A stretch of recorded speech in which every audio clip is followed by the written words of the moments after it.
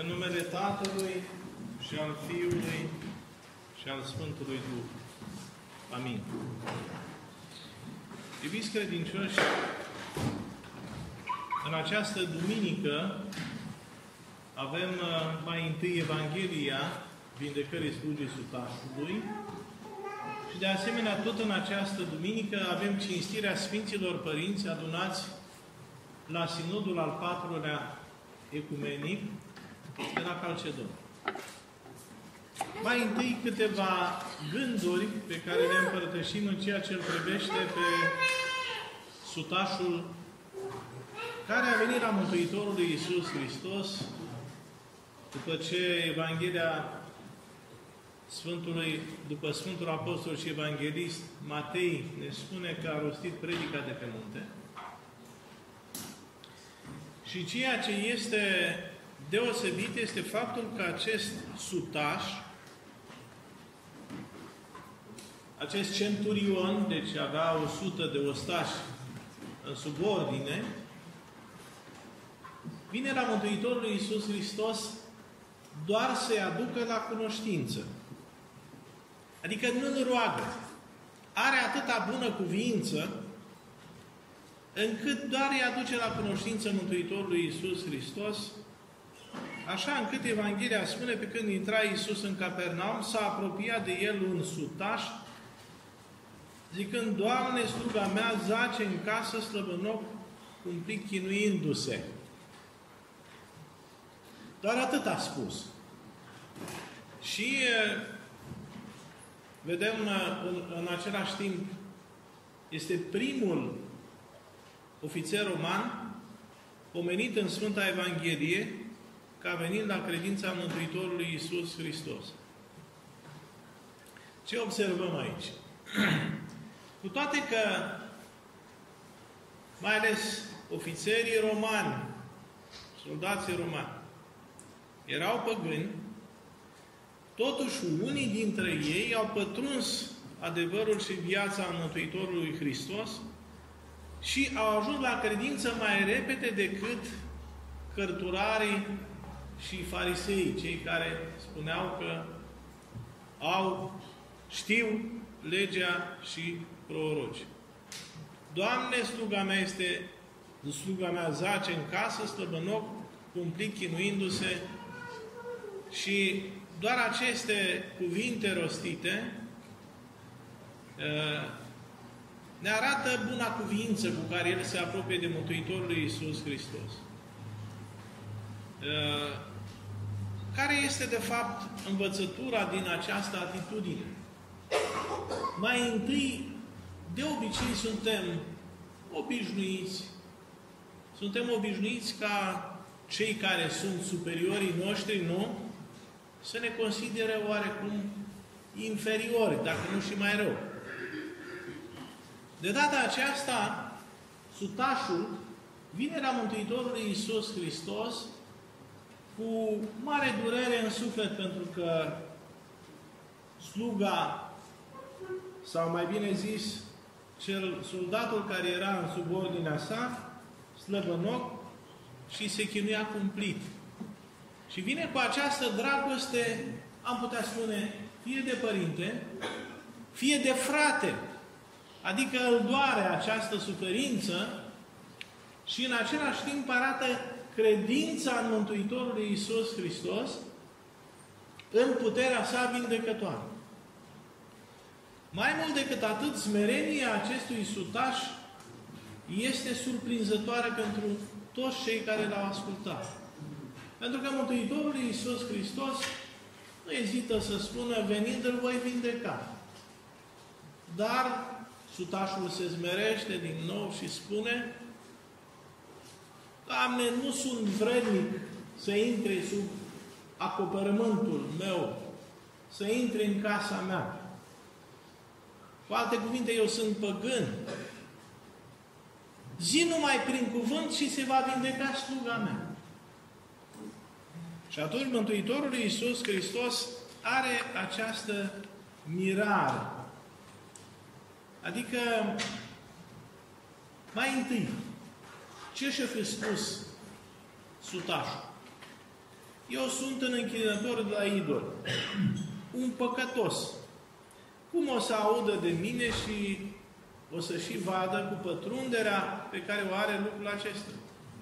Cine știe se va învoi sau nu să intre în casa mea. Să trimit mai bine pe idei, dacă va spune nu, lor le spune, iar dacă va zice da, mai vedem. Deci, sutașul din Evanghelia de astăzi are această bunăcuvință, se consideră nevrednic și mai mult decât atât, are încredere deplină în puterea cuvântului Mântuitorului Iisus Hristos, cuvânt vindecător.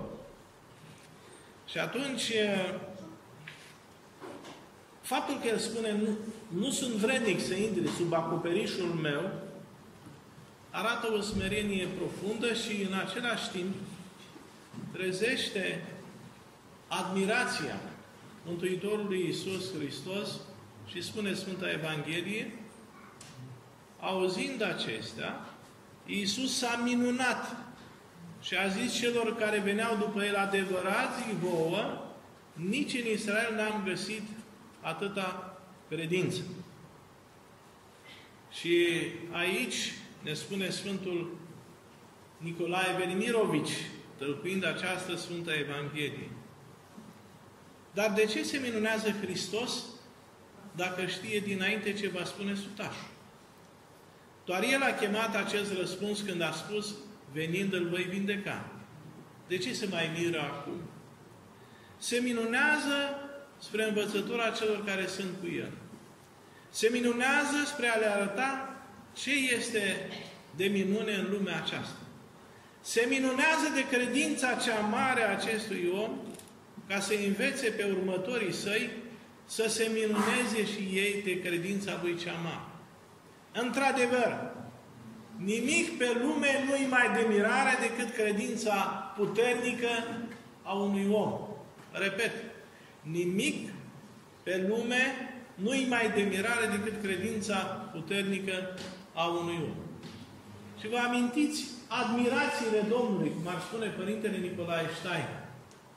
Ce îi spune femeii cananeene? Și ea păgână. O femeie mare este credința ta, fie ție după cum voiești. La fel se minunează și de sutașul Corneliu. Deci, și spune, tălcuind Sfântul Nicolae Velimirovici, nu s-a minunat nici de mare adunare la praznicul de la Ierusalim. Pentru că e sărăcăcioasă și puțină pe lângă slăvita adunarea îngerilor din cer care au stat înaintea lui de la întemeierea lumii. Când lumea admiră frumusețea și măreția templului Solomon, Mântuitorul Iisus Hristos ce face? Vorbește despre nimicirea templului lui Solomon din temelii, lucru care s-a întâmplat în jurul anilor 60. Singura credință acestui om este vrednică de a te minuna. E cel mai mare și mai frumos lucru de pe pământ. Prin credință, robul e liber.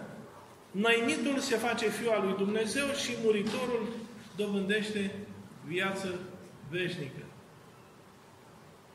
Așadar, iubiții mei, admirațiile Domnului. Iată față de credința unor păgâni. De ce? Pentru că și sutașului îi va spune ceea ce îi spune și femeii cananeence, merge în drumul tău și facă-se după credința ta. În același timp, iată, dragilor, credința puternică, credința fără nicio ezitare, credința care pornește de la stadiul acesta de încredințare, de început, și care merge până la credința văzătoare. Credința văzătoare pe care o au doar cei care au ajuns la desăvârșire. Credința văzătoare pe care o au sfinții, cuvioșii și mai ales mucenicii. Pe de altă parte, vedem și un alt aspect. pe care le evidențiază Sfinții Părinți ai Bisericii și îl tâlcuiește Părintele Dumitru Stăniloae foarte profund. Și anume, faptul că Dumnezeu așteaptă de la noi să mijlocim prin rugăciunea și dragostea noastră pentru ceilalți.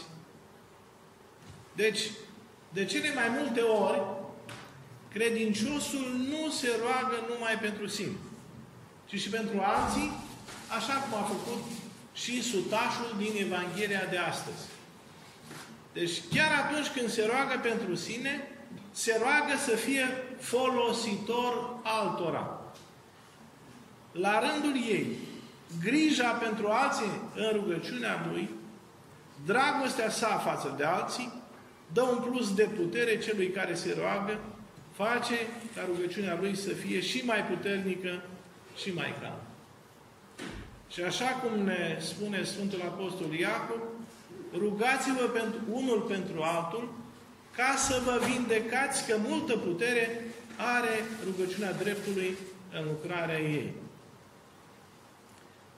Rugăciunea făcută pentru alții, când este însuflețită de o mare grijă iubitoare față de ei, este mai puternică decât rugăciunea făcută pentru noi înșine. Repet, rugăciunea făcută pentru alții, când este însuflețită de o mare grijă iubitoare față de ei, este mai puternică decât rugăciunea pentru noi înșine. Rugăciunea aceasta este plină de putere și de efect, ne spune Sfântul Apostol Iacov. Dacă rugăciunea în general nu este o simplă înșirare de cuvinte, ci este plină de putere, cu atât mai mult rugăciunea pentru alții poartă în ea putere. Poartă puterea ființei noastre, mobilizată și sporită în puterea lui Dumnezeu spre cei pentru care o face. Și aș vrea să vă dau, iubiții mei, 2 exemple. 3, dacă vreți. Vă dau exemplul Sfântului Cuvios Paisie Aghioritul, Sfântului Cuvios Porfirie Capso-Calibitul și v-aș întreba, cum a fost sfârșitul vieții lor?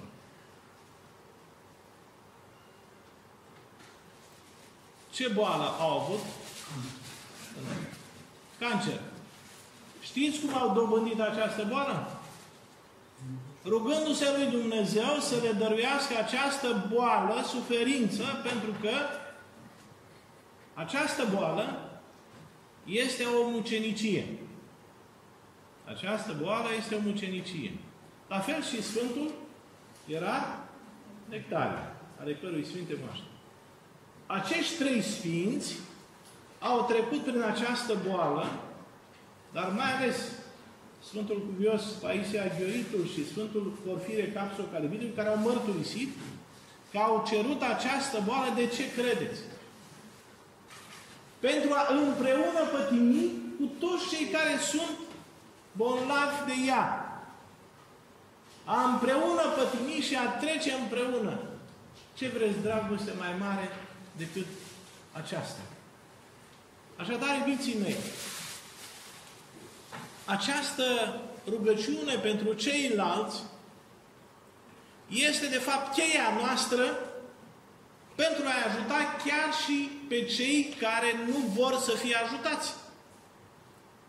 Și aici avem tot Părintele Porfirie Capso-Calibitul, la un moment dat ne spune, a venit la el o mamă al cărei fiu nu asculta, era departe de credință și a zis, Părinte, nu mai am niciun argument. Nu mă primește? Și Părintele, știți ce a spus? Stai de vorbă cu fiul tău, sau mai bine, stai de vorbă cu Dumnezeu în inima fiului tău. Adică, roagă-te lui Dumnezeu în inima fiului tău. Stai de vorbă cu fiul tău în prezența lui Dumnezeu în sensul acesta, dar mai ales stai de vorbă cu Dumnezeu în inima lui. Ce înseamnă aceasta? Adică roagă-te pentru el. Roagă-te pentru el și dacă el nu primește, totuși Dumnezeu va fi acela care va schimba mintea lui și va schimba inima lui. Deci, iată, iubiții mei, cât de importantă este această dragoste pe care noi ne asumăm atât cât putem pentru cei din jurul nostru. Mai ales pentru cei care suferă. Pentru cei care au nevoie de dragostea și ajutorul nostru, noi trebuie mai întâi să ne rugăm ca Dumnezeu să ne dăruiască puterea de a-i sluji cu adevărat, de a ne jertfi cu adevărat pentru ei. Și se petrece minunea evanghelică pe care o evidențiază Sfinții Părinți și mai ales Părintele Nicolae Steinhardt în Dăruirii dobândii. Foarte interesant. Veți vedea că atunci când vă așezați în rugăciunea pentru ceilalți, Dumnezeu va face minunea mai evidentă decât atunci când vă rugați pentru dumneavoastră. Dar, rugându-vă pentru ceilalți, fără îndoială că cel care va câștiga mai mult este cel care se roagă, ești tu. Tu cel care te rogi pentru ceilalți. Pentru că aici este marea minune. Nu dăruiești nimic de la tine. Tu dăruiești dragoste și dăruiești din ceea ce nu ai, cum spune Părintele Steiner. Dăruiești din ceea ce te arunci pur și simplu în această vâltoare a Harului Dumnezeiesc, prin rugăciunea ta și prin dragostea ta și prin tine va face Dumnezeu minuni. Dragii mei, noi preoți, care suntem nevrednici, cel puțin eu mă simt profund nevrednic, dar în același timp aș vrea să vă mărturisesc. Am simțit de multe ori, mai ales atunci când m-am simțit nevrednic, profund nevrednic, cum Dumnezeu face minuni. Și atunci am înțeles calitatea mea de econom al tainelor lui Dumnezeu și am înțeles că întotdeauna adevăratul săvârșitor al lucrării vindecătoare, tămăduitoare de suflet și de trup este numai și numai Mântuitorul Iisus Hristos Dumnezeu. Așadar, iubiții mei, iată un păgân, un sutaș, care ar trebui să fie mândru, este plin de cuvință, este smerit și în același timp știe pe cine are în față. Și se smerește, dar mai întâi îl consideră pe subalternul lui, fie dacă era mai tânăr, îl consideră ca pe fiul lui, fie dacă era aproape de aceeași vârstă, ca fratele lui. Ca fratele lui. Așadar, aceasta este legea pe care Mântuitorul Iisus Hristos o așează în Evanghelie. Și anume să vă iubiți unul pe altul, precum și eu v-am iubit. Dar mai ales, dragii mei, încercați un exercițiu care pare destul de greu. Să iubiți pe cei care, la un moment dat, pentru care nu aveți, poate, atâta simpatie. Tocmai acolo este calea cea mai grea și Sfinții Părinți ne învață și v-am mai povestit acest lucru. Întotdeauna alegeți căile care vi se par mai grele. Dacă aveți de ales între o cale mai ușoară și o cale mai grea, să o alegeți întotdeauna pe cea care vi se pare mai grea. De ce? Pentru că atunci când veți alege calea cea mai grea, atunci vă veți smeri. Atunci noi ne smerim, știm că nu stă în puterea noastră. Și atunci îl lăsăm pe Dumnezeu, îi facem loc lui Dumnezeu și lucrării lui Dumnezeu în viața noastră și în lucrarea noastră. Așadar, iubiții mei, puterea lui Dumnezeu este cea care străbate în noi. Această putere străbate în noi toți, cei care ne rugăm împreună și unii pentru alții, mai ales în vremea Sfintei Liturghii. Și prin însuși acest fapt, rugăciunea este o valoare și o mângâiere prin ea însăși. Este o bucurie și o mângâiere să putem zice unii către alții ceea ce a spus Sfântul Apostol Pavel. Sunteți în inimile noastre ca împreună să murim și împreună să trăim. Ne spune Sfântul Apostol Pavel la 2 Corinteni. Propriu zis, cei ce au pe alții în inima lor și în aceasta îl au pe Dumnezeu însuși, nu mai mor. Sau chiar dacă mor, ei sunt vii în vecii vecilor. Și de fapt, aceasta este biserica, unitate în Dumnezeu, prezența unora în inimile celorlalți. Și această unitate este înfăptuită și trăită mai ales în rugăciunile unii pentru alții. De aceea, iubiții mei, să avem luare aminte asupra acestei întrepătrunderi. Cum spune Mântuitorul Iisus Hristos în Evanghelie, eu întru tine și tu întru mine, după chipul Sfintei Treimi. Această înconjurare, această întrepătrundere reciprocă.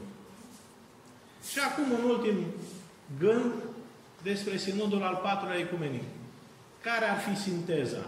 Sinodul al IV-lea Ecumenic, să știți că are cea mai paradoxală expresie, și anume, în momentul în care se pune această problemă în persoana Mântuitorului Iisus Hristos, cum există împreună firea dumnezeiască și firea omenească. Și atunci s-au ajuns la tot felul de erizii. Fie dioprosopism, adică sunt două persoane, este pe de o parte Fiul lui Dumnezeu și este Fiul omului Iisus, prima erezie, condamnată la Sinodul al III-lea Ecumenic, și apoi erezia monofizită, și anume că firea omenească este absorbită pur și simplu de firea dumnezeiască. Sfinții Părinți au avut la o formulă care este paradoxală și care ne arată care este atitudinea pe care trebuie să o aibă mintea noastră față de tainele dumnezeiești. În ipostasul Fiului lui Dumnezeu, cele două firi, firea omenească și firea dumnezeiască, există în chip neîmpărțit și nedespărțit. În chip neamestecat și neschimbat. Ce putem înțelege din aceasta? Nu putem înțelege logic mare lucru, dar înțelegem taina aceasta, și anume că întotdeauna ceea ce este omenesc, ceea ce viază, este străbătut și susținut de ceea ce este Dumnezeu, este de Harul lui Dumnezeu. Această întrepătrundere între realitatea dumnezeiască și realitatea omenească, realitatea fizică, dacă n-ar exista această întrepătrundere, atunci cosmosul acesta ar fi un haos. Planetele s-ar ciocni între ele, cine le ține? Să nu se ciocnească.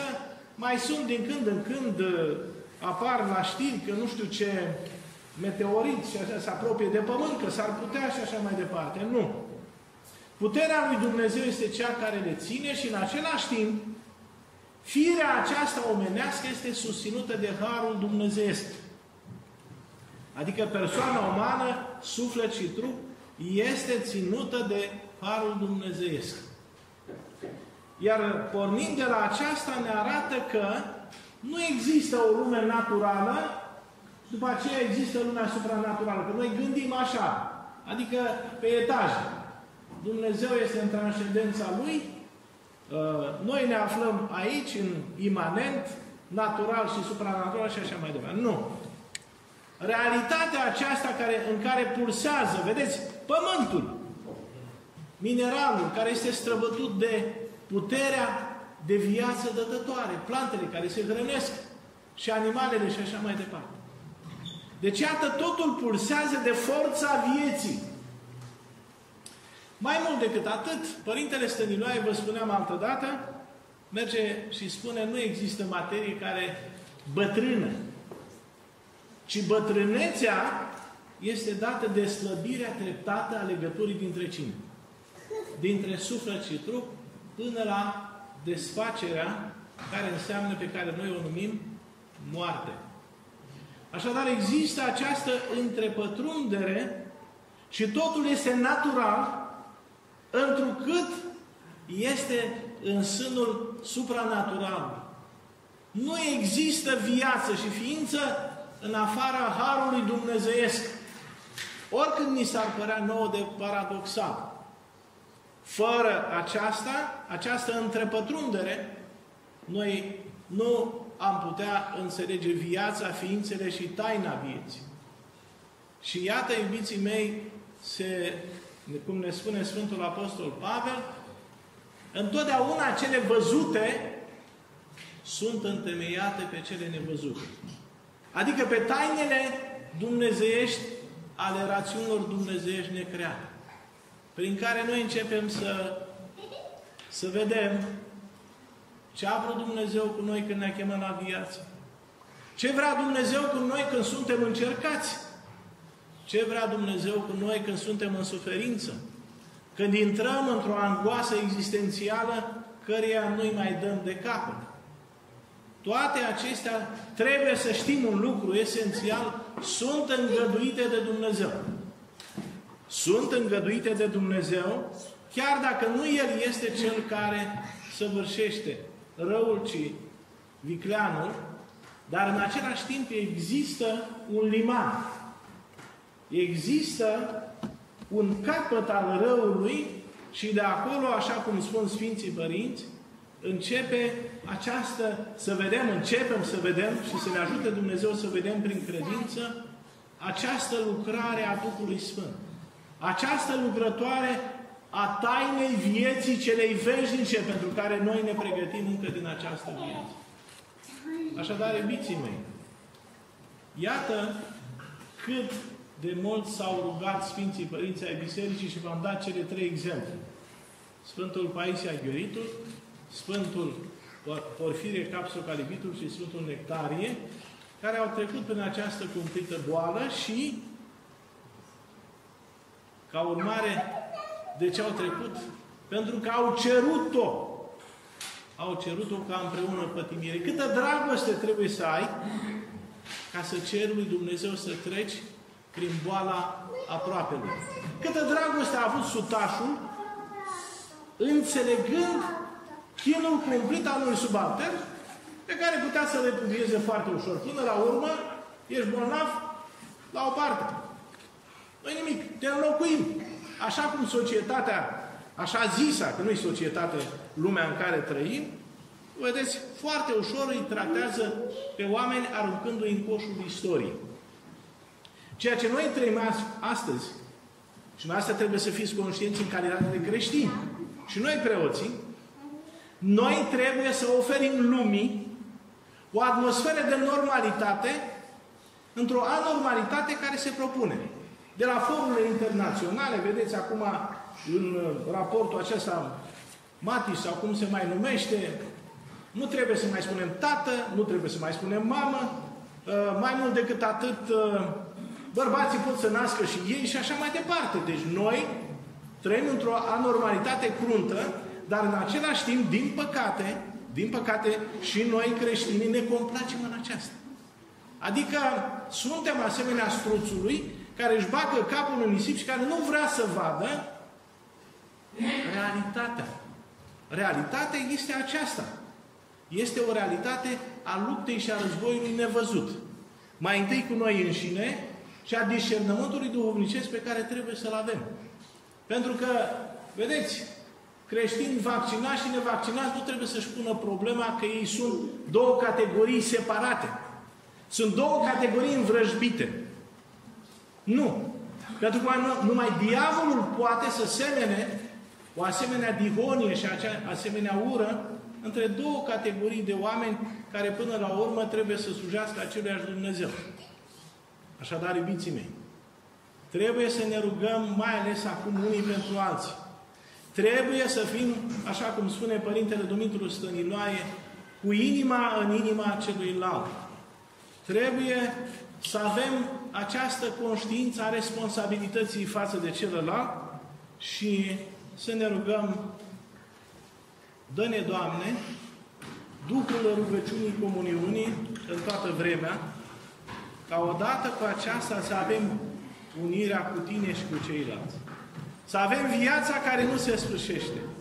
Căci viața este una cu dragostea. Și dragostea în veci nu pierde.